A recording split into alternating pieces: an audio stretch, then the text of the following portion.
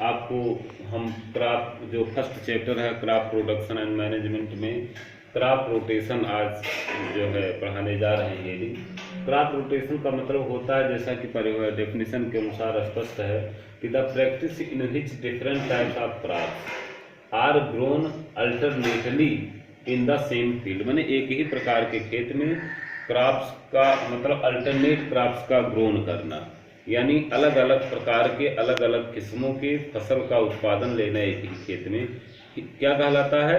Crop rotation कहलाता है। क्योंकि अगर एक ही प्रकार के फसल का उत्पादन उसमें करते रहेंगे तो सॉइल में न्यूट्रिएंट्स में जो है असंतुलन हो जाएगा। सॉइल आपका या तो उसमें न्यूट्रिएंट्स की अधिकता हो जाएगी या तो न्यूट्रिएंट्स की बहुत बड़ी कमी हो जाएगी।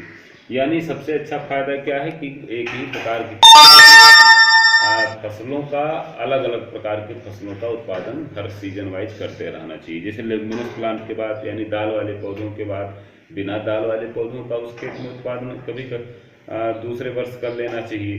फिर दूसरे वर्ष बिना दाल यानी नॉन लेगुमिनस प्लांट के बाद फिर अगले सीजन में लेगुमिनस प्लांट उसमें मैंने अल्टरनेटली चेंज करते रहना चाहिए। अब आपको हम पढ़ाते हैं कि अगला हेडिंग क्या है, इरिगेशन। जब क्रॉप का रोटेशन क्रॉप की फसल की बुआई जब हो जाती है, तब जब पौधा छोटा जब वो अंकुरित होता, अंकुरित होने के बाद जब पौधे के रूप में आता है तब उसको जो है सिंचाई की ज़रूरत पड़ती है। तो the process of supplying water to crop plants in the field is called irrigation. जैसा कि परिभाषा के अनुसार स्पष्ट है कि जो है वह प्रक्रिया जिसमें वाटर की सप्लाई की जाए क्रॉप प्लांट को, खेतों में जो फसल लगी है उसको वाटर की सप्लाई, उसमें वाटर की सप्लाई देना खेतों में, यानी पौधों को पानी देना ही क्या कहलाता है? इरिगेशन। अब इरिगेशन कई प्रकार का हो सकता है। जैसे अब सोर्स ऑफ इरिगेशन में पढ़ेंगे क्या एक हाँ। अब इसके बाद हम आपको पढ़ा रहे हैं कि व्हाई इज इरिगेशन नेसेसरी। हम खेतों को क्रॉप्स को क्यों आवश्यक है इरिगेशन करना, क्यों उसकी सिंचाई करना आवश्यक है। इरिगेशन में सिंचाई करना, इरिगेशन बिफोर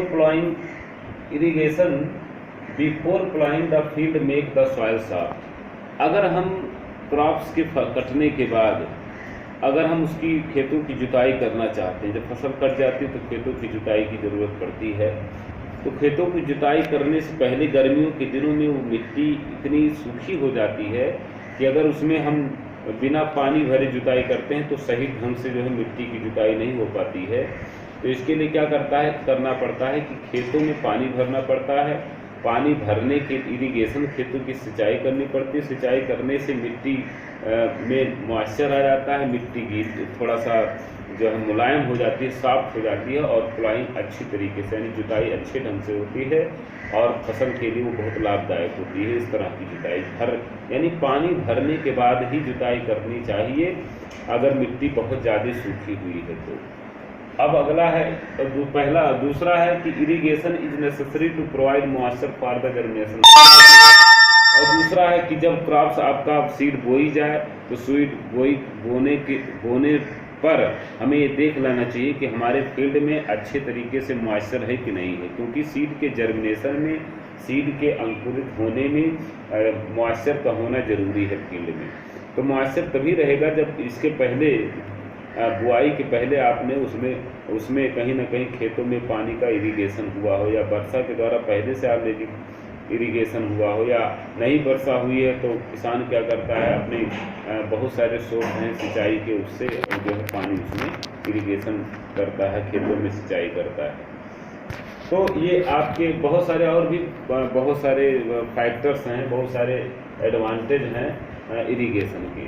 तो यहाँ हम दो एडवांटेज आपको बताए।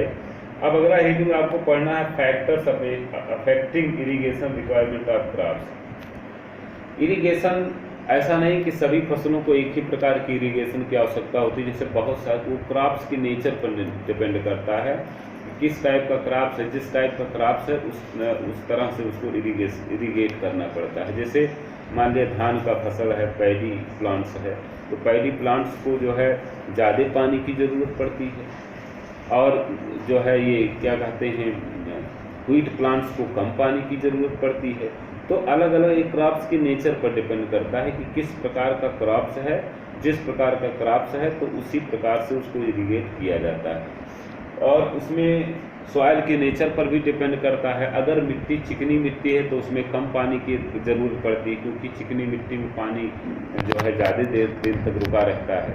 अगर मिट्टी बलुई है तो उसमें पोर्स ज़्यादा होते हैं, तो उसमें अधिक पानी की आवश्यकता होती है, क्योंकि पानी जल्दी सूख जाता है।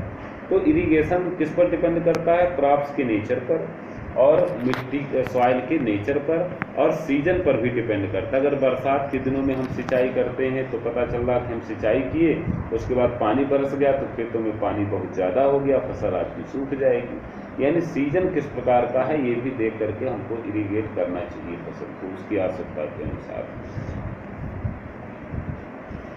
अब आपको हम पढ़ाने जा रहे हैं जो है source of irrigation. Source of irrigation में जो है बहुत सारे सोर्स हैं, जैसे कि मान लीजिए ट्यूबवेल हुआ, और क्या कहते हैं ढेकुली हुआ करता था, जो है पहले ये परंपरागत सोर्स होते थे जिससे जो है सिंचाई की जाती थी। मोट हुआ, मोट जिसको पुली सिस्टम कहते हैं, चेन पंप हुआ, और उसके बाद जो है ढेकुली, राहत जिसको लीवर सिस्टम से मैंने बैल खींचता था तो बीच में लकड़ी लगा होता था ऐसे, जैसे मानो कोल्हू का हो, कोल्हू का जो बीच में लगा होता है लकड़ी सा, और उसमें बैल लगे रहते थे, जब वो चलते थे तब वो पानी खींचता था। तो ये परंपरागत में है। अब इस समय कॉमनली जो यूज किए जाते हैं सिंचाई के लिए वो पंप हैं। पंप का लगभग किसान बहुत ज़्यादा उपयोग करते हैं। उसके अलावा जो है पंप के अलावा बहुत सारे मॉडर्न सिंचाई के साधन, जैसे स्प्रिंकलर सिस्टम हुआ। स्प्रिंकलर सिस्टम में मतलब जो है पाइप खेतों में बिछाई जाती, उसमें होल बने होते थे। जब पानी मेन पाइप में सप्लाई होती थी तो होल से जो है पानी ऐसे बिखर करके खेतों में गिरता था, पूरे खेत में पाइप बिछी रहती थी। इस तरह से जो है सिंचाई के अलग अलग माध्यम हैं, और बाकी के जो है हेडिंग हम कल पढ़ाने का प्रयास करेंगे। धन्यवाद।